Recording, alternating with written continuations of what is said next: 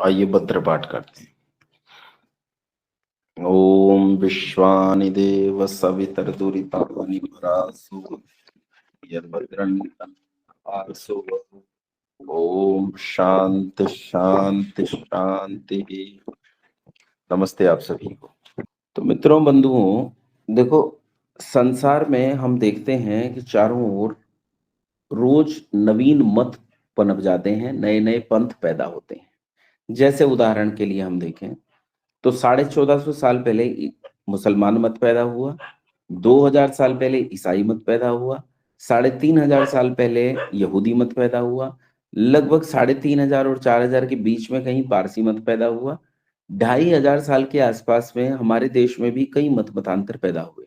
350 साल पहले हमारे देश में खालसा पंथ पैदा हुआ, जो वीर शिरोमणि गुरु गोविंद सिंह ने चलाया था राष्ट्र की रक्षा के लिए।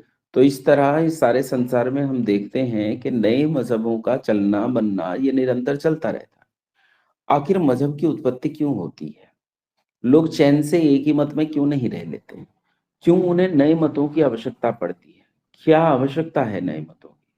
तो बंधुओं याद रखो, नए मत की उत्पत्ति का एकमात्र कारण है, ये बहुत अजीब है जो मैं कहने जा रहा हूं, लोग इस पर विचार कम करते हैं पर वास्तविकता यही है।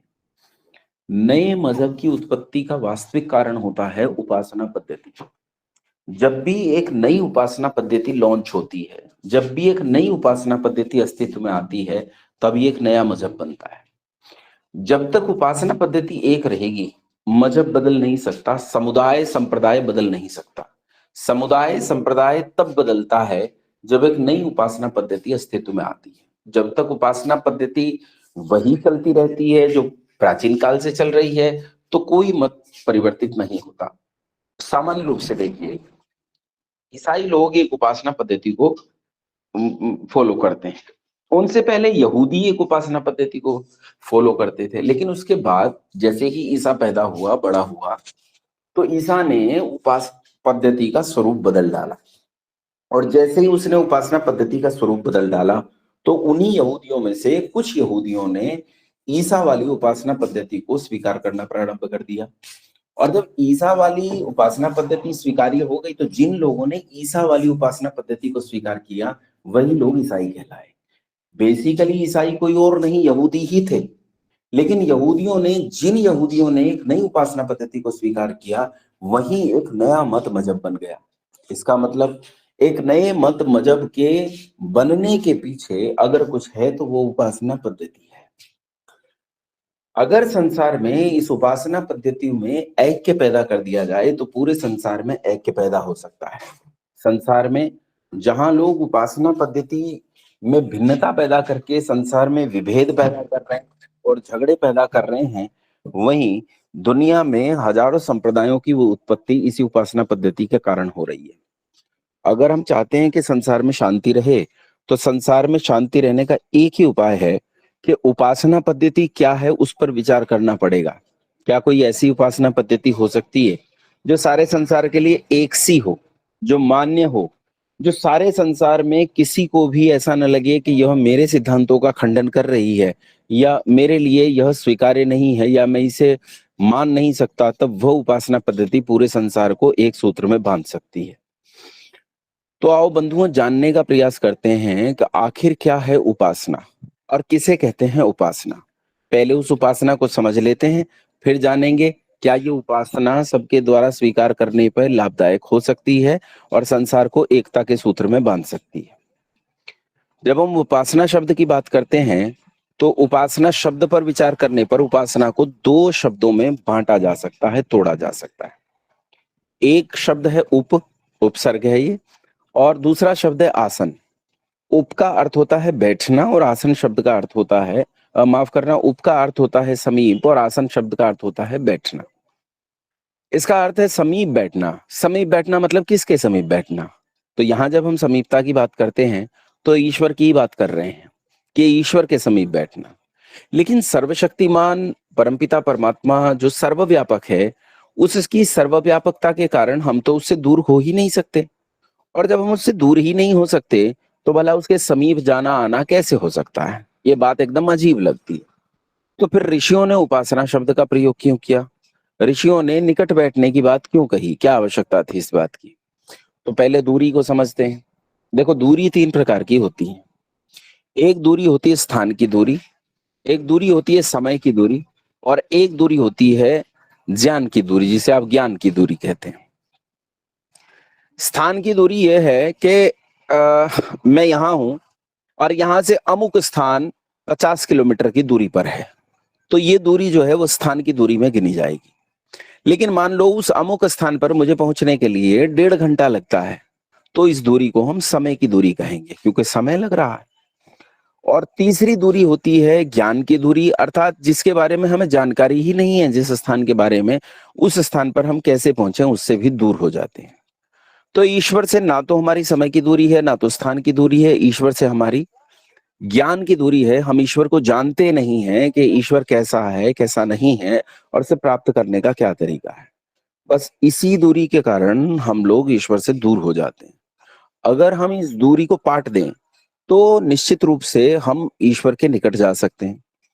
अच्छा, ज्ञान की दूरी को कैसे पाटेंगे, कैसे पहुंचेंगे ईश्वर तक? क्या तरीका है ईश्वर तक पहुंचने का? तो कौन सा व्हीकल इस्तेमाल करें? देखो, स्थान की दूरी के लिए हम बस, गाड़ी, ट्रेन, प्लेन, इन सब का इस्तेमाल कर सकते हैं। समय की दूरी के लिए भी हम इन्हीं संसाधनों का उपयोग कर सकते हैं कि जल्दी पहुंच जाएं। लेकिन ज्ञान की दूरी के लिए जो संसाधन है जिसके द्वारा पहुंचा जा सकता है वो है बुद्धि। क्योंकि ज्ञान की दूरी के लिए एकमात्र साधन बुद्धि ही है, जो हमें संबंधित वस्तु तक पहुंचा सकती है। क्योंकि उसके और हमारे बीच में दूरी ज्ञान की है। उस ज्ञान को प्राप्त करने के लिए जिस वस्तु की आवश्यकता है उस वस्तु का नाम है बुद्धि। बुद्धि ही वो व्हीकल है, वो वाहन है जो हमें उस स्थिति तक ले जा सकता है कि हमें संबंधित वस्तु का अच्छे अच्छे से ज्ञान हो जाए। इसका मतलब यह है कि परमपिता परमात्मा को प्राप्त करने के लिए सबसे पहली और प्राथमिक आवश्यकता जो है वो बुद्धि की है। अगर बुद्धि नहीं होगी तो हम परमपिता परमात्मा को प्राप्त नहीं कर सकते। अच्छा, कुछ लोगों ने संसार में यह भ्रम फैला रखा है कि ईश्वर को प्राप्त करने में बुद्धि की कोई आवश्यकता नहीं। कुछ लोग कहते हैं मजहब में अकल का दखल नहीं होता। कुछ लोग कहते हैं ईश्वर तो भाव का भूखा है, उसमें जो बुद्धि लगाएगा उसे वो ईश्वर को प्राप्त नहीं कर सकता। तो सोचो, अगर बिना बुद्धि के ईश्वर ही प्राप्त होना है, तब तो पागलों को प्राप्त हो जाएगा, तब तो कुत्ते बिल्ली को प्राप्त हो जाएगा, पशु पक्षी कीट पतंग को प्राप्त हो जाएगा। अरे नहीं, ऐसा नहीं है। ईश्वर को प्राप्त करने के लिए सबसे पहली और सबसे जरूरी आवश्यकता जो है वो बुद्धि की है। बुद्धि के अलावा कोई ऐसी वस्तु नहीं है जो ईश्वर को प्राप्त करने में हमें सहायक हो, हमारी सहायता करे। और बंधुओं, इसी बुद्धि में जब सत्य असत्य के निर्णय की क्षमता विकसित होती है तो इसी बुद्धि को हम विवेक कहते हैं। और एक विवेकी लड़का, एक विवेकी लड़की, एक विवेकी व्यक्ति, एक मनुष्य, एक प्रौढ़, एक प्रौढ़ा, जब इस विवेक दृष्टि से संसार को देखता है तो वो पाता है कि ये संसार तो नश्वर है, मरने वाला है, परिवर्तनशील है। इस संसार में निरंतर परिवर्तन हो रहा है। वो इस परिवर्तन को होते हुए देखता है। वो देखता है कि मेरा घर बदल रहा है, मेरा परिवार बदल रहा है, मेरा समाज बदल रहा है, मेरे आसपास के लोग बदल रहे हैं। वो देखता है कि मेरा शरीर तक बदल रहा है, मेरे शरीर तक में परिवर्तन चल रहा है।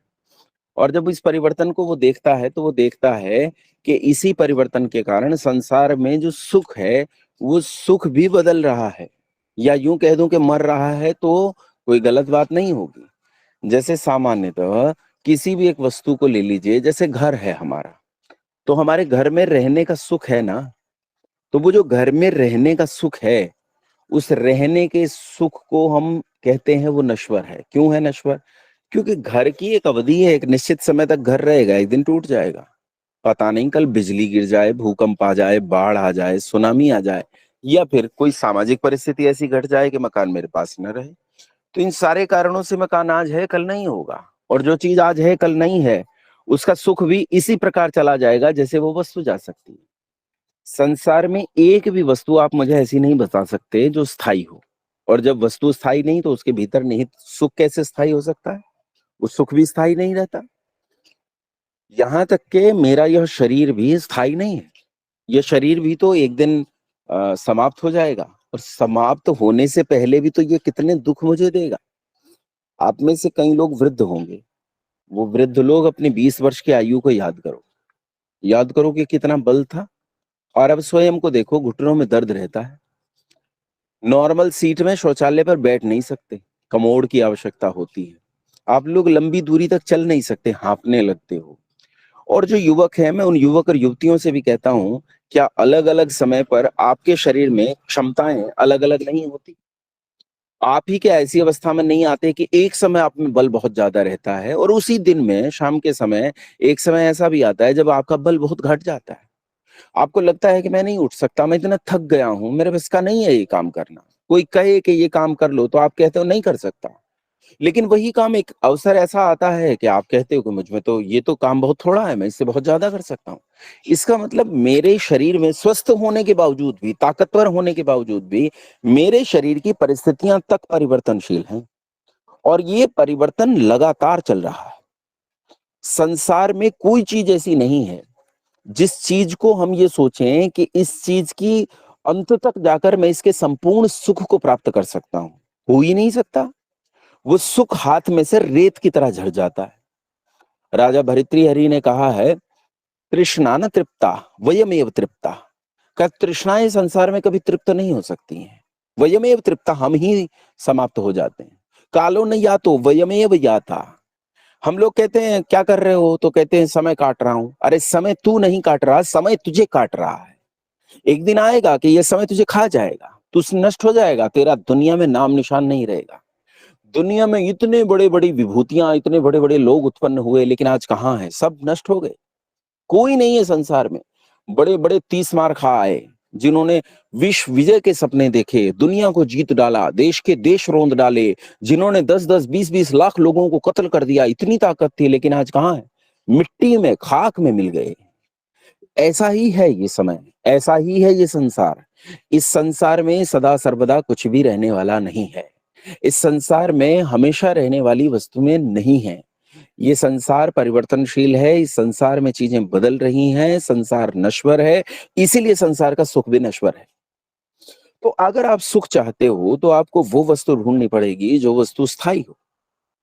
अगर वो वस्तु स्थायी हुई और उसमें सुख हुआ तो वो सुख भी स्थायी होगा, फिर आपको लाभ होगा। आप उस सुख को पा जाओगे जिस सुख को आप प्राप्त पाना चाहते हो। तो संसार में ऐसी एक वस्तु जो आनंद से भरपूर है और जिसका कभी नाश नहीं होता, वो एक ही वस्तु है और वो है परमपिता परमात्मा।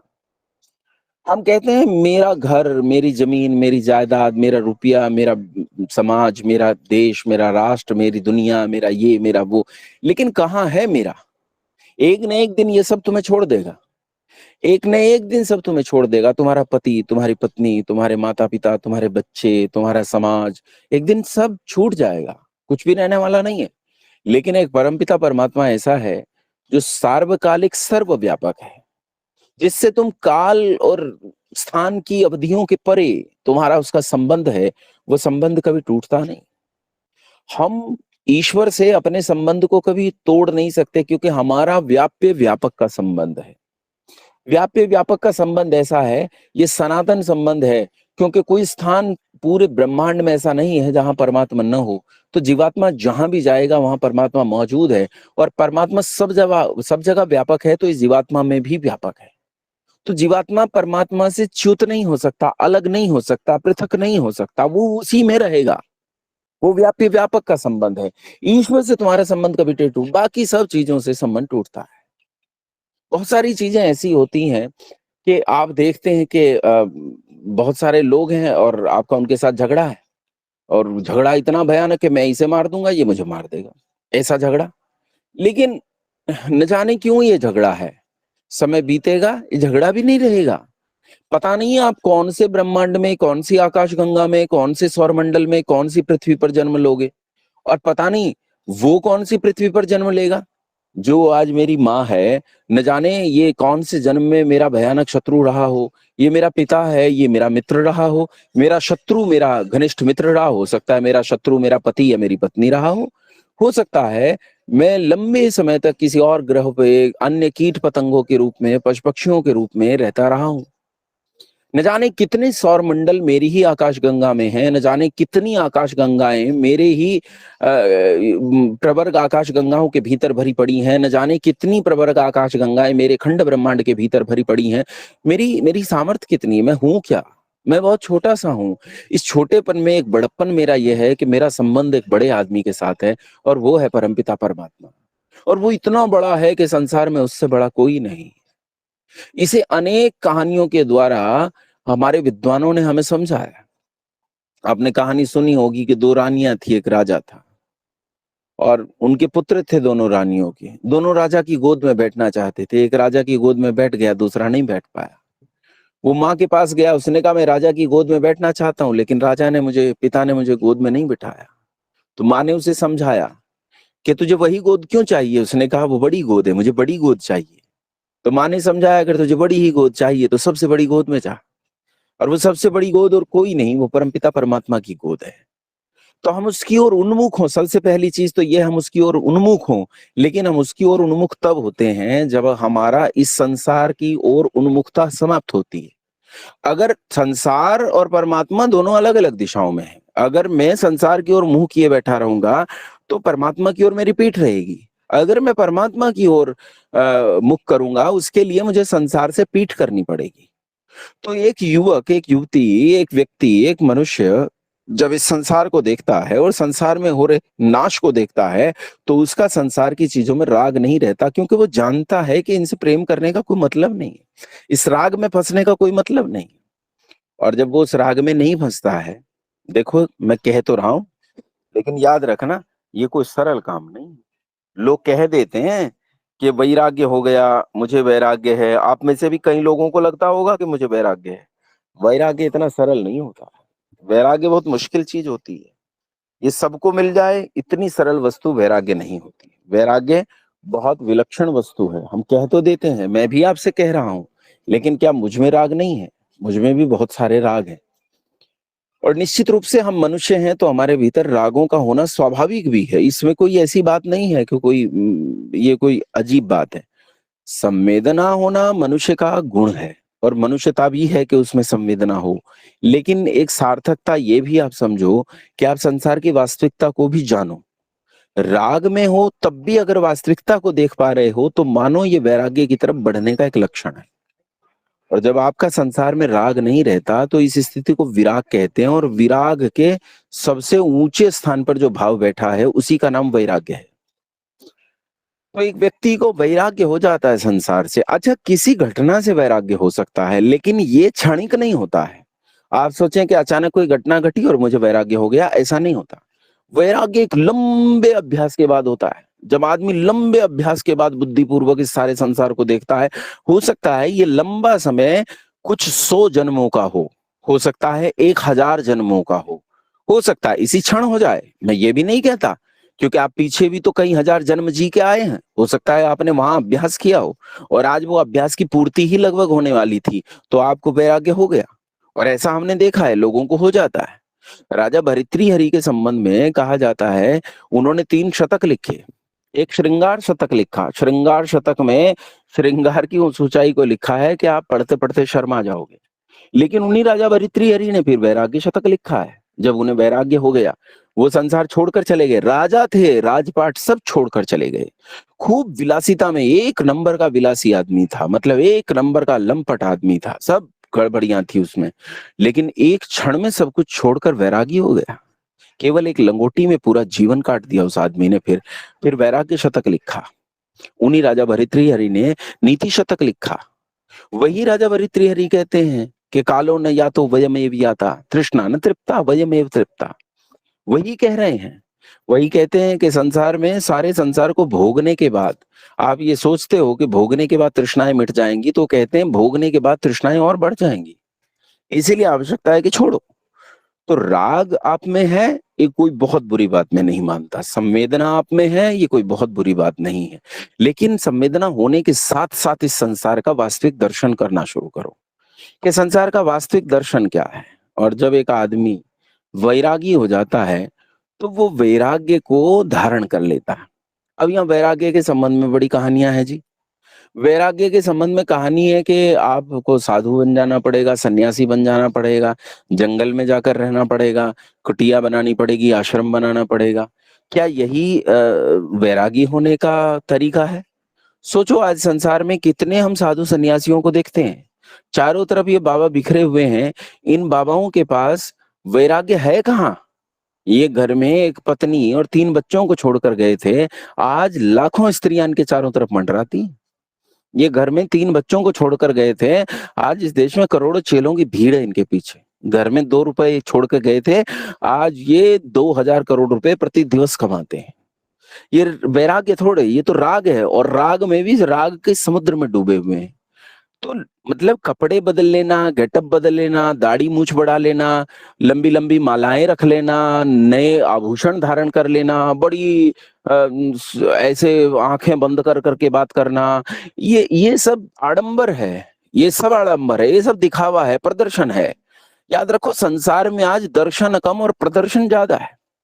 दर्शन न्यून होता जा रहा है, फिलॉसफी घट रही है, प्रदर्शन बढ़ रहा है। चीजों में दिखावा बहुत ज्यादा है, असलियत कम है। इसीलिए आवश्यकता है कि आप सच में वैराग्य को धारण करो। और सच में वैराग्य किसे कहते हैं? मैं तुमसे सच कहता हूं, शहर में रहता हुआ जीन्स पैंट पहनकर, जीन्स और टी शर्ट पहनकर, आधुनिक वस्त्र पहनकर एक बड़ी कंपनी में नौकरी करने वाला व्यक्ति भी वैराग्यशील हो सकता है। वैराग्य मन की बात है, कपड़ों की बात नहीं है। एक लड़की जो जीन्स पहनती है, एक लड़की जो आधुनिक कपड़े पहनती है और वो नौकरी में जाती है, नौकरी करती है, वो वैराग्यशीला हो सकती है। और एक साधु जिसने लाल कपड़े, गेरुए कपड़े, नारंगी कपड़े और पता नहीं कैसे कैसे कपड़े लिए, लंबी दाढ़ी बढ़ाई है, जंगल में रहता है, ये एक नंबर का रागी हो सकता है, आडंबर वाला हो सकता है। शरीर से, कपड़ों से इसका कोई लेना देना नहीं। शरीर और कपड़ों से राग और वैराग्य का कोई लेना देना नहीं। राग और वैराग्य मन का आभूषण है, मन का। आपको यदि वैराग्य धारण करना है, उसके लिए कपड़े बदलने की जरूरत नहीं, स्थान बदलने की जरूरत नहीं। मन के भीतर भावनाएं और बुद्धि की तीव्रता, प्रखरता और बुद्धि की दृष्टि, बुद्धि की दिशा बदलने की जरूरत है। जब वो बदलते हैं तो मानो आप सच में उस वैराग्य की तरफ बढ़ रहे हैं जो वास्तविक वैराग्य है। वरना यूं तो लोग कहते घूमते हैं कि मैं बड़ा वैराग्यशील हूं। हमें भी कभी कभी बड़ा मन करता है कि जैसे मानो मेरे मन में बड़ा वैराग्य उत्पन्न हो गया है। कभी कभी ऐसा लगता है कि संसार जो है बिल्कुल मेरे लिए बेकार हो गया। मैं अपनी घटना बताता हूँ, दुनिया की छोड़ो, मैं अपनी घटना बताता हूँ। मेरी उम्र बहुत ज्यादा नहीं थी, मैं टीन एज में था, और अचानक एक घटना घटी कि मेरी माँ को कोई ऐसी बीमारी का पता चला मेरी माँ के शरीर में, जो उन्हें पिछले 12-14 साल से थी। हमें पता ही नहीं था, माँ को भी नहीं कुछ कभी एहसास हुआ। अचानक से पता चला कि माँ को कोई 10-12 साल पुरानी बीमारी है, और वो बीमारी अपनी लास्ट स्टेज में है। अब उससे बचना संभव नहीं, और माँ कुछ दिन कोमा में रहकर माँ मर गई। माँ मरी, और जब माँ को लेकर गए और शमशान में जलाया गया, तो उस समय मुझे ऐसा लगा जैसे संसार मेरे लिए नष्ट हो गया, और इस संसार का मेरे लिए कोई अर्थ नहीं रहा। ये संसार निरा बेकार है, इसमें कोई सुख नहीं है। और मुझे तो, अब बालक था तो जैसे बालक सोच सकते हैं वैसे ही मैं सोचता था।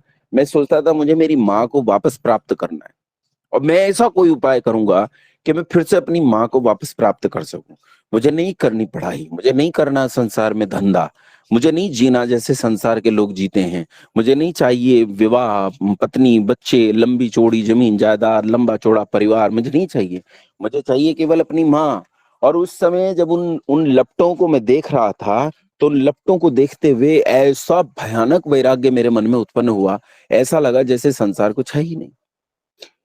अच्छा, ये वैराग्य सबको उत्पन्न होता है जब शमशान में जाते हैं, तो साहित्यकार इस वैराग्य को कहते हैं शमशान वैराग्य।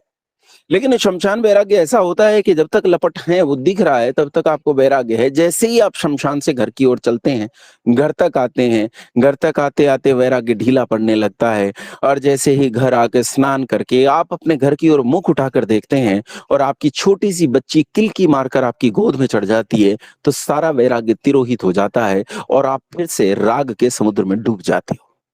फिर से वही पत्नी, वही बच्चे, वही संसार, वही पैसा, वही जमीन, वही जायदाद, सब दिखने लगता है। मित्रों, वास्तविकता ये है कि अगर ये टिक जाए तो इसी का नाम वैराग्य है। इसीलिए मैंने कहा सतत लंबे अभ्यास के बाद वैराग्य की उत्पत्ति होती है। ये केवल इससे नहीं होता है। मैं अपनी माँ को दाह संस्कार करके वापस आया, और वो जो कुछ दिन के लिए बैठते हैं, सब लोग आकर बैठा करते हैं कि भाई उनका एक दिन शांति यज्ञ होगा, तो शांति यज्ञ से पहले लोग बैठते हैं।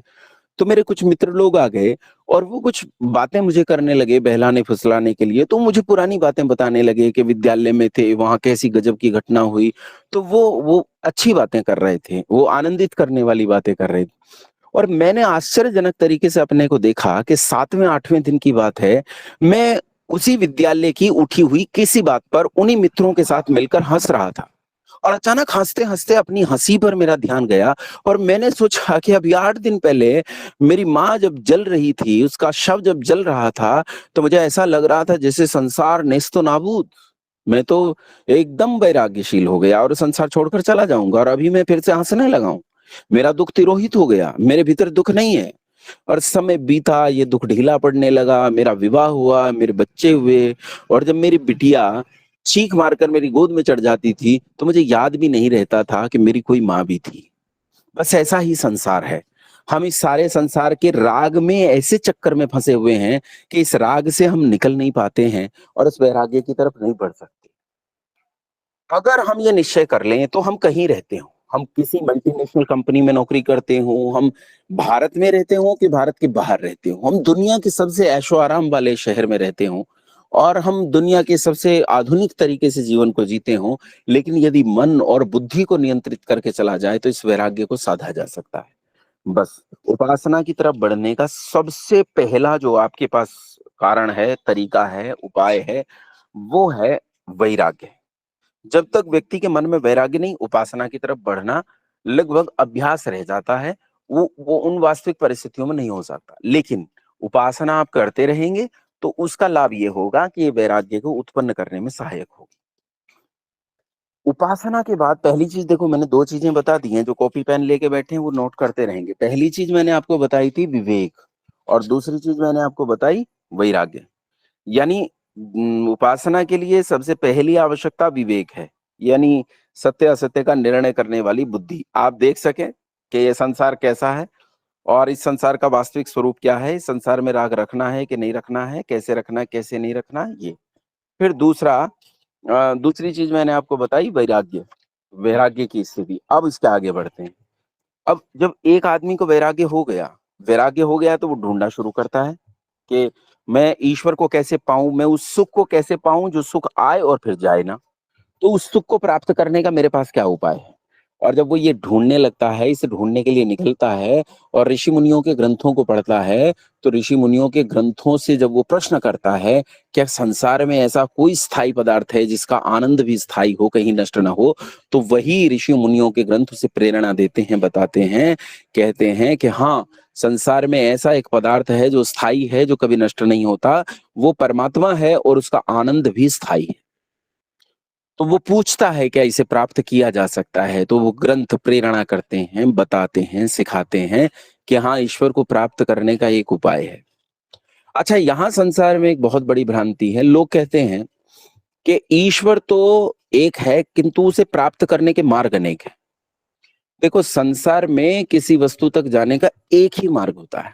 लोग ऐसा सोचते हैं कि अनेक मार्ग हैं, नहीं होते अनेक मार्ग।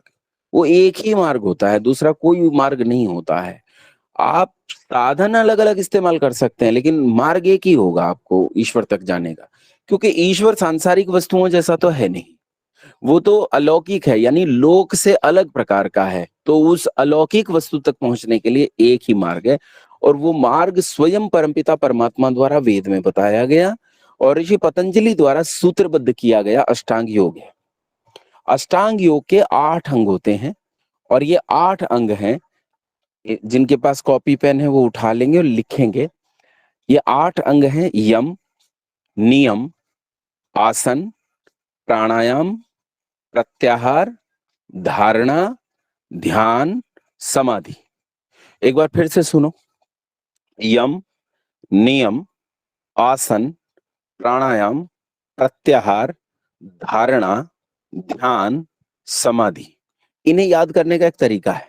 प्रारंभ में जो जो बिगिनर्स हैं उनके लिए कह रहा हूँ। जो पहले से जानते हैं उन्हें तो पता है। जो नहीं जानते, पहले तो 3 होते हैं वो इकट्ठे, यम, नियम, आसन। देखो कितनी आसानी से याद हो जाएगा। यम, नियम, आसन। फिर 2 प्रकार से हैं, प से हैं दोनों, प्राणायाम और प्रत्याहार। पहले 3 यम नियम आसन, और फिर 2 हैं प्राणायाम प्रत्याहार, और बाद के 3 हैं धारणा ध्यान समाधि। तो इस तरह ये 8 हैं। इनमें समाधि से उत्पन्न होता है संयम। संयम एक स्थिति होती है मन की। तो ये संयम क्या होता है ये बाद में बताएंगे, चर्चा करेंगे इस पर। तो इस संयम को कुछ पाश्चात्य विद्वान इन 8 अंगों के साथ एक अलग अंग के रूप में गिन लेते हैं, तो वे इसे नवांग योग भी कहते हैं। लेकिन वो नवांग योग कहें, उनकी मर्जी, जो चाहे कहें, लेकिन वो नवांग योग कहो कि अष्टांग योग कहो, वो यही है, इसके अलावा कुछ नहीं है। अब इसमें अष्टांग योग में जब हम अष्टांग योग को पढ़ते हैं तो इसमें सबसे पहले यम। तो यम होते हैं 5। देखो, यम और नियम, इन्हें महाव्रत कहा है ऋषि पतंजलि ने। महाव्रत मतलब 24 घंटे जीवन भर ये आपके टूटने नहीं चाहिए। यानी ये कोई 1-2 घंटे का अभ्यास नहीं है कि आपने दिन में 1 आध घंटा अभ्यास किया तो उससे काम चल जाएगा। यम और नियम ऐसे महाव्रत हैं जो 24 घंटे प्रति क्षण मनसा वाचा कर्मणा आपके जीवन में उपस्थित रहने चाहिए। अगर ये उपस्थित है तो मानो आप उपासना में पहला चरण बढ़ा चुके हो। यम नियम वो वस्तु हैं जो आप ये मानो कि आपके लिए उपासना की जमीन तैयार कर देंगे, अगर आपने यम और नियम को अपने जीवन में लिया है। यम किसे कहते हैं? तो यम कहते हैं 5 होते हैं यम। यम होते हैं अहिंसा, सत्य, अस्तेय, ब्रह्मचर्य, अपरिग्रह। सबसे पहले आते हैं अहिंसा। तो हाथ खड़े करके मुझे बताएंगे कि अहिंसा किसे कहते हैं? केवल नए लोग हाथ खड़े करेंगे, केवल नए लोग। अहिंसा आपके दृष्टिकोण से किसे कहते हैं? तो पुष्पा जी हैं, पुष्पा गुसैन जी। ओम आचार्य जी नमस्ते जी। नमस्ते पुष्पा जी। अहिंसा का मतलब मन, वचन और कर्म से प्राणी मात्र को हिंसा न पहुंचाना, यानी कि पीड़ा न पहुंचाना, कष्ट न पहुंचाना, ये अहिंसा है। अहिंसा के संबंध में ऐसे मत हमारे देश में प्रचलित हुए हैं और वो बहुत समीचीन लगते हैं, सम्यक लगते हैं, लोगों ने उन्हें माना है और आज भी कहते हैं भारत का लोकतंत्र उसी पर खड़ा है। एक महापुरुष तो ऐसे पैदा हुए भारत में जिन्होंने ये तक कह दिया कि कोई तुम्हारे एक गाल पर थप्पड़ मारे तो उसके सामने दूसरा कर दो, और दूसरे पर भी मार दे तो सिर सामने कर दो और जूता उसके हाथ में, तो भैया जब तक ना थके तब तक मार। अब विचार करो, ये अहिंसा है या कायरता है?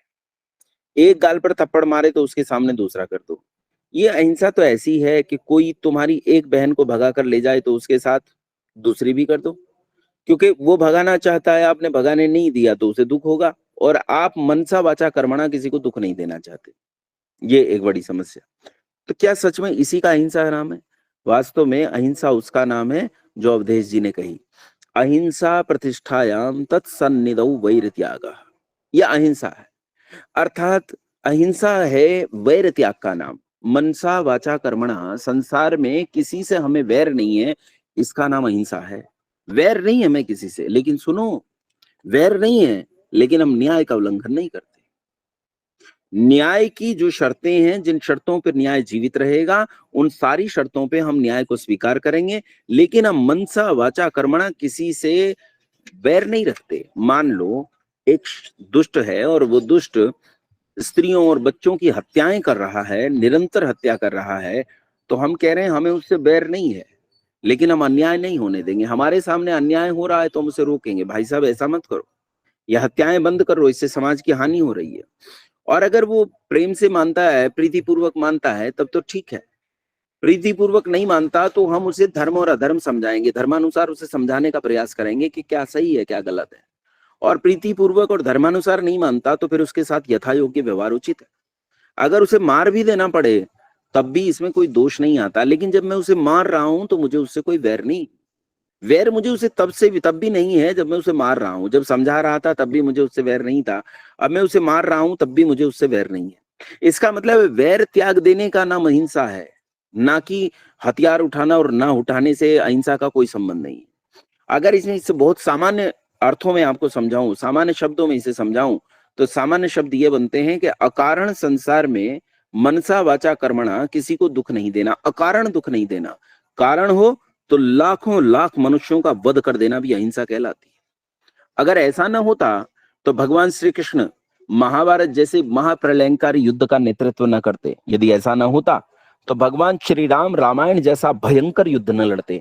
यदि ऐसा न होता तो हमारे पूर्वज संसार के कल्याण के हित दुष्टों को नष्ट करने के लिए अपने जीवन की आहुति देते न चले आते और उन दुष्टों का जीवन लेते न चले आते।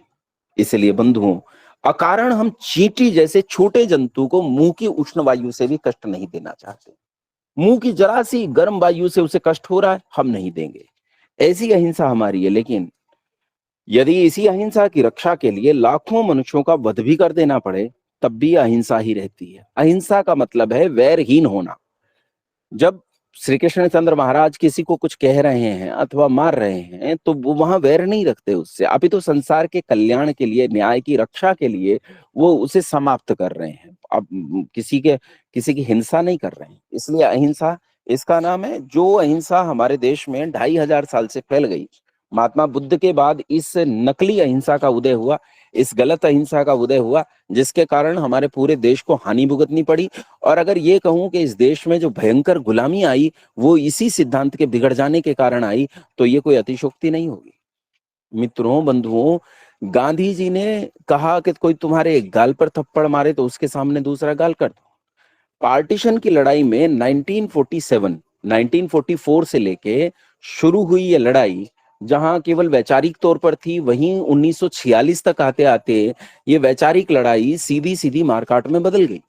और अगले आने वाले नोआखाली से शुरू करें, 16 अगस्त 1946 नोआखाली बंगाल में दंगे हुए, वहां से शुरू करें और पार्टीशन तक, यानी पूरा एक साल। पर इस एक साल से पहले केवल 7 महीने की बात मैं कर रहा हूं, पार्टीशन से पहले 7 महीने की मैं बात कर रहा हूं, उस पीरियड की 7 महीने के भीतर 22 लाख लोगों का कत्ल कर दिया गया, केवल इसी अहिंसा के कारण।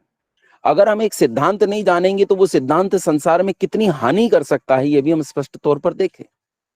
अगर गांधी जी की इस अहिंसा का अनुसरण भारत के लोगों ने न किया होता तो ये 22 लाख लोग नहीं मरते और संसार में किसी की हानि नहीं होती। मैं ये कहता हूं, न केवल हिंदू बचते अपितु वे मुसलमान भी बचते जो इस दंगे में मारे गए। हालांकि मुसलमान नाम मात्र के लिए मारे गए क्योंकि हमलावर थे, और हिंदू क्योंकि केवल पिटने वाला था, केवल सोने वाला था, इसलिए वो 22 लाख लोगों में अधिकांश हत्याएं, या यूं कह दूं कि 98% हिंदू मारा गया। तो चाहे वो हिंदू मारे गए हों, चाहे वो मुसलमान मारे गए हों, मैं दोनों के लिए कह रहा हूं, यदि वास्तविक अहिंसा का पालन किया जाता, बल प्रयोग किया जाता, चीजों को रोका जाता, तो ये 22 लाख लोग मौत के घाट नहीं उतरते। एक सिद्धांत को गलत तरीके से समझने के कारण हमने कितनी बड़ी हानि भुगती। उसके बाद दूसरा सिद्धांत आता है सत्य। इस अहिंसा को अपने जीवन में 24 घंटे में धारण करो। किसी भी सूरत में यह अहिंसा आपके जीवन से अलग नहीं होनी चाहिए। अब उसके बाद आता है, अहिंसा के बाद आता है सत्य। सत्य किसे कहते हैं? तो सत्य कहते हैं, अच्छा कोई बताएगा मुझे? नए लोगों में केवल हाथ उठाओ, सत्य किसे कहते हैं? नए लोगों में सत्य किसे कहते हैं? जी मैं बताऊंगा। जी बताओ। जैसा पढ़ा हुआ, सुना हुआ या अनुमान किया हुआ ज्ञान अपने आत्मा में है, वैसा ही वाणी से बोलना, उसे ही सत्य कहते हैं गुरुजी। अगर जैसा पढ़ा हुआ, सुना हुआ, अनुमान किया हुआ अगर गलत हो तो? गलत हो तो गुरुजी गलत होगा, यानी जैसा ज्ञान आत्मा में हो वैसा ही वाणी से। यही बात है। अब देखो ध्यान से सुनो, उन्होंने कहा था जैसा मेरे आत्मा में हो वैसा ही बोलना, वो सत्य कहलाता है। अब इस बात को आराम से समझिए। मान लीजिए एक आदमी ने मुझे रास्ते में ये बता दिया कि आपके घर पर किसी ने बम गिरा दिया है, और उसने मुझे एक चित्र भी दिखा दिया नकली बनाकर, तो मैं ये यकीन कर लूं कि मेरे घर पर बम फट गया है और मैं शोर मचाना शुरू कर दूं, हाय मेरा घर बर्बाद हो गया, हाय मेरा घर बर्बाद हो गया, जबकि हुआ नहीं है। उस आदमी ने साजिशन ऐसा किया था। पर बात तो यह है कि जो मेरे आत्मा में है मैं वही बोल रहा हूं। तो क्या ये सच हो जाएगा? ये सच नहीं हो जाता है। इसका अर्थ ये है कि जैसा है पहले उसे प्रमाणों से सुपरीक्षित किया जाए, जांचा परखा जाए कि वो वैसा है भी कि नहीं है। जब तक प्रमाणित न हो तब तक उसे स्वीकार नहीं करना चाहिए, उसे सत्य कहते हैं। पहले प्रमाणित हो जाए तब उसे सत्य कहते हैं। अब ये जो बाबाओं की दुकानें चलती हैं, बहुत सारे बाबा हैं इस देश में। इस देश में क्या, अब तो पूरी दुनिया में बाबा हैं, चारों तरफ बाबा हैं। बस बाहर कोट पैंट वाले बाबा होते हैं, अपने यहाँ धोती कुर्ता वाले बाबा होते हैं। बाबा चारों ओर फैले हुए हैं। इन बाबाओं की दुकान इसी सब पर तो चलती है। वो बाबा अपने चेलों के मन में कोई बात रख देते हैं और चेला उनका ऐसा अंधभक्त हो जाता है कि वो बिना बुद्धि लगाए उनकी बात को चुपचाप स्वीकार करता चला जाता है, और जैसा उसके हृदय में चला गया है वैसा ही वो बोलना चालू कर देता है। और वो समझता है कि यही सच है, क्योंकि जैसा मेरे आत्मा में है वैसा मैं बोल रहा हूँ। उसे प्रमाणों से सुपरीक्षित नहीं करता, वो संदेह की दृष्टि से नहीं देखता है। अब जैसे मैं आपको कुछ बता रहा हूँ, तो जो मैं आपको बता रहा हूँ आप यकायक इसे चुपचाप नहीं मान लीजिए। ये बहुत बड़ी मूर्खता हो जाती है कि हम उस चीज को मान लें कि जो चीज हमें बताई गई है केवल। अब मैं आपको बता रहा हूँ तो इस पर संदेह कीजिए। मैंने जो कहा है मेरी बात को तुरंत मत मानिए, इस पर संदेह कीजिए, इसे उलटिए पलटिए परखिए, और इसमें जो झूठ है वो मुझे भी जनाइए। उससे क्या होगा, उससे मेरा भी लाभ होगा और आपका भी लाभ होगा, हम दोनों का लाभ होगा। जैसे एक सामान्य सा उदाहरण देता हूँ। रविंद्र है क्या यहाँ कक्षा में आज? रविंद्र है क्या? चलिए नहीं। एक लड़का इसी कक्षा में जुड़ा हुआ है, रविंद्र। मैं एक दिन एक सिद्धांत पर, गति के एक नियम पर बात कर रहा था, और जब मैंने गति के नियम पर बात करी तो उसने मुझे फोन किया कि आचार्य जी वो जो गति का नियम आप बता रहे थे, उस गति के नियम में ऐसा ऐसा दोष है। मैंने कहा कैसे, मुझे बताओ।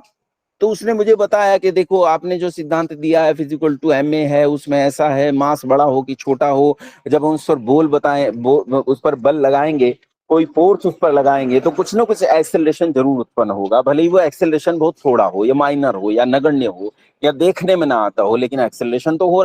मैंने उसकी बात को ध्यानपूर्वक सुना, मुझे अपनी गलती का एहसास हुआ। ये तो बिल्कुल ठीक बात है, ये तो बिल्कुल सही बात है। तो जब एक आदमी मेरी भी बात को संदेह से सुनेगा तो वो न केवल अपना कल्याण करेगा, अभी तो मेरा भी कल्याण कर देगा, इसमें भी कोई शक नहीं है। लेकिन हम व्यक्ति को, अब पढ़ाने वाले को, जैसे मैं आपको पढ़ा रहा हूं, तो अब जैसे यहाँ कोई बोलता है कि आचार्य योगेश जी अब बोलेंगे, तो आपके मन में एक छवि बन जाती है, आचार्य योगेश जी अच्छा बाबा होगा, शायद धोती पहनता होगा, शायद लाल कपड़े पहनता होगा, शायद उसके गले में बहुत सारी मालाएं होंगी। और जब वो मुझे सामान्य वस्त्रों में देखेगा तो उसे यकीन ही नहीं आएगा कि ये आचार्य योगेश है। उसे अरे यार ये तो सामान्य आदमी है, ये तो किसान आदमी है, जैसा किसान होता है ये तो वैसा दिखता है। तो उसे बहुत अजीब लगेगा, क्योंकि हम बाबाओं को गेटअप से हम हमारे संबंध, हमारी समस्या ये है, हमने ज्ञान को गेटअप के साथ जोड़ लिया है। वो उस गेटअप में रहेगा तो हम समझते हैं ये विजडम वाला है, ये नॉलेज वाला है, और ये उस गेटअप में नहीं है तो ये विजडम और नॉलेज वाला नहीं हो सकता। मैं फिर से कहता हूं कि ज्ञान किसी बाहरी आडंबर का दास बिल्कुल नहीं है। तो सत्य किसे कहते हैं? सत्य वो जो प्रमाणित हो जाए। जो प्रमाणित नहीं होता वो संसार का सबसे बड़ा आदमी भी कह दे वो असत्य ही है, वो झूठ है अगर वो प्रमाणित नहीं होता है। तो सच उसे कहते हैं जो प्रमाणित हो जाए। ये दो चीजें मैंने बताई, अहिंसा और सत्य। उसके बाद आता है अस्तेय। अस्तेय कहते हैं चोरी न करना। और चोरी कैसे नहीं करनी है? तो चोरी किसे कहते हैं? बिना पूछे दूसरे की वस्तु का उपयोग करना, इसे चोरी कहते हैं। क्या हम अपने दैनिक जीवन में इस प्रकार की चोरी करते हैं? हाँ हाँ बिल्कुल करते हैं। आप अपने अपने जीवन को देखो। माँ आपको सब्जी खरीदने भेज दे तो आप रास्ते में मूंगफली का दाम पूछते हुए आराम से एक मुट्ठी भरकर ले जाते हो, बिना उसे पैसा दिए, बिना उसकी अनुमति लिए आपने मुट्ठी भर मूंगफली ली, हाल केवल भाव पूछा और आगे बढ़ गए। ये चोरी है। ये बिना पूछे दूसरे की वस्तु का उपयोग करना, बिना दूसरे की अनुमति लिए दूसरे की वस्तु का उपयोग। चोर क्या करता है? यही तो करता है। चोर रात के अंधेरे में आता है, बिना आपकी अनुमति लिए आपकी वस्तु उठाकर ले जाता है, उसका उपयोग करता है, इसी का नाम चोरी है। आप भी तो यही चोरी करते हो। आप बाजार में जाते हो, पूछते हो क्यों भाई करेले खरीदने आए हो, लेकिन पूछते हो गाजर क्या भाव दी हैं, और फटाफट 2 गाजर उठाकर खा गए। तो आप में और उस रात वाले चोर में बस इतना सा अंतर है कि वो रात में चोरी करता है छिपकर अंधेरे में, उसे आंखों की शर्म है। वो आप खुलेआम दिन दहाड़े चोरी करते हो, आपको आंखों की शर्म भी नहीं है। ये इतना सा ही अंतर है। तो हैं तो दोनों चोर, वो भी चोर हैं, हम भी चोर हैं। इसलिए बिना अनुमति के किसी वस्तु का उपयोग नहीं करना, इसे चोरी का छोड़ना कहते हैं, अस्तेय कहते हैं। ये चोरी नहीं करनी। चोरी 3 प्रकार से छोड़नी है, मनसा वाचा कर्मणा। कर्म की चोरी, दूसरे की वस्तु का उपयोग न करना।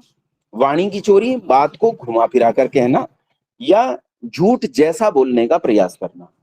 वो झूठ जैसा इसलिए कह रहा हूं कि कई बार लोग इतनी चतुराई से बोल जाते हैं कि झूठ भी नहीं होता और झूठ भी होता है। तो इसलिए वो, मेरी कक्षा चल रही है, आपको कुछ काम तो नहीं मुझसे? वो झूठ जैसा होता है पर पूरा पूरा झूठ नहीं होता। जैसे आपने महाभारत में एक उदाहरण सुना होगा कि अश्वत्थामा मारा गया, तो उसके बारे में पूछते हैं, जब पूछा गया उनसे युधिष्ठिर से कि क्या अश्वत्थामा मारा गया, तो उन्होंने कहा हाँ अश्वत्थामा मारा गया, और शोर शराबे के बीच में कह दिया पर वो आदमी नहीं हाथी था। तो ये बात को घुमा फिरा कर कहने से वाणी की चोरी कहते हैं। तो वाणी की चोरी नहीं करनी, कर्म से चोरी नहीं करनी, और मन से चोरी। मन से चोरी कैसे करते हैं? दूसरे के पदार्थ को लेने की इच्छा करना, या दूसरे की चीजों को ललचाई दृष्टि से देखना।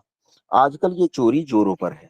आजकल ये चोरी इतने बड़े स्तर पर है कि पूरे देश में, क्या पूरी दुनिया में इस चोरी को बड़े पैमाने पर किया जाता है। इसका बाकायदा एक पूरा का पूरा व्यवस्था बनाई गई है। शॉपिंग मॉल्स खोले गए हैं, और उन शॉपिंग मॉल्स में लोग विंडो शॉपिंग करने जाते हैं। विंडो शॉपिंग क्या होती है कि आज हम खरीदेंगे कुछ नहीं, बस जाएंगे और ललचाई नजरों से दुनिया के सारे संसार को सामान को देखेंगे। हम ललचाई नजर से एक शर्ट को देखते हैं, एक पैंट को देखते हैं, शूज को देखते हैं, ज्वेलरी को देखते हैं, हम जो इलेक्ट्रॉनिक्स का सामान होता है उसे देखते हैं। ललचाई नजरों से हम चीजों को देखते हैं, खरीद नहीं सकते, चुपचाप चले आते हैं। तो ये चोरी हर प्रकार से छोड़ दे। तो अहिंसा, सत्य, अस्तेय। उसके बाद आता है ब्रह्मचर्य। ब्रह्मचर्य कहते हैं वीर निग्रही होना। ब्रह्मचर्य कहते हैं वीर निग्रही होना, अर्थात शरीर में उपस्थित धातुओं की रक्षा करना। अब ये रक्षा के उपाय हैं 4, क्योंकि हमारे यहाँ आश्रम है 4। पहला आश्रम जिसे हम ब्रह्मचर्य आश्रम कहते हैं, दूसरा आश्रम जिसे हम गृहस्थ आश्रम कहते हैं, तीसरा वानप्रस्थ, और चौथा सन्यास। देखो, चौथा सन्यास और पहला ब्रह्मचर्य, इसमें ब्रह्मचर्य बहुत कठोर स्तर पर होता है। लेकिन जहां हम गृहस्थ की और उसकी बात करते हैं, वानप्रस्थ की, यहाँ निष्ठा से ब्रह्मचर्य होता है। अच्छा, निष्ठा पूर्वक हम ब्रह्मचर्य का पालन करते हैं, यानी हम जो हमारे साथ हैं, जैसे विवाह हुआ है, पति पत्नी है, तो वो जो हमारे साथ है, जिनसे हम प्रेम करते हैं, उसे पूरी तरह ब्रह्मचर्य के साथ हम अपने जीवन में लेकर आते हैं। इसे अच्छे से ध्यान रखेंगे और 100 वर्ष तक ब्रह्मचर्य का पालन करेंगे। उसके बाद आता है अहिंसा, सत्य, अस्तेय, ब्रह्मचर्य, अपरिग्रह। आवश्यकता से अधिक वस्तुओं का संचय नहीं करना। जितना जीवन में है उतनी वस्तुओं से काम चलाना। मान लीजिए 4 वस्तुओं की आवश्यकता है तो 4 जरूर रखो, कंजूसी में भी मत जियो। लेकिन अगर आपको एक भी वस्तु की आवश्यकता नहीं है तो उस एक को भी मत रखो। कई बार हमें बिना मतलब की चीजें घर में भरने की आदत होती है। हम घर को कूड़ा घर बना देते हैं, इतनी चीजें रख लेते हैं जिनकी आवश्यकता नहीं है वो रख लेंगे। तो जिसकी आवश्यकता नहीं है वो वस्तु आपके पास न हो, आवश्यक वस्तुएं सब आपके पास हो, इसे हम कहते हैं अपरिग्रह। तो ये 5 यम मैंने आपको बताए। इन 5 यमों को जब आप अपने जीवन में ले आते हो तो मानो आपने उपासना का बीज बो दिया। अभी उपासना में आगे की प्रक्रियाएं बाकी हैं, अभी और आगे। अब ये 2 दिन तक कक्षा चलेगी इसी तरह उपासना की, तो लगभग और 2 दिन लगेंगे। मैं आपको अंत में उपासना कराऊंगा भी। और मैं निसंशय होकर आपको एक बात कहता हूँ कि आप उपासना करेंगे तो आपको एक अद्भुत अनुभव होगा। यही फोन पे मैं यह अद्भुत अनुभव आपको करा दूंगा। और कभी हम जब ऑफलाइन ऐसी उपासना को करेंगे, कभी हम गुरुकुल में उपासना का ऐसा कोई 2 दिवसीय या 3 दिवसीय इस प्रकार का शिविर लगाएंगे, उसमें आप आएंगे तो आपको बहुत अद्भुत लाभ होंगे। तो आइए हम इस आज के इस कक्षा को यहीं रोकते हैं, समय हो गया है। आज मैं प्रश्न काल नहीं लूंगा। ओम विश्वानि देव सवितर दुरितानि परासुव यद्भद्रं तन्न सुव। ओम शांति शांति शांति। नमस्ते आप सभी को।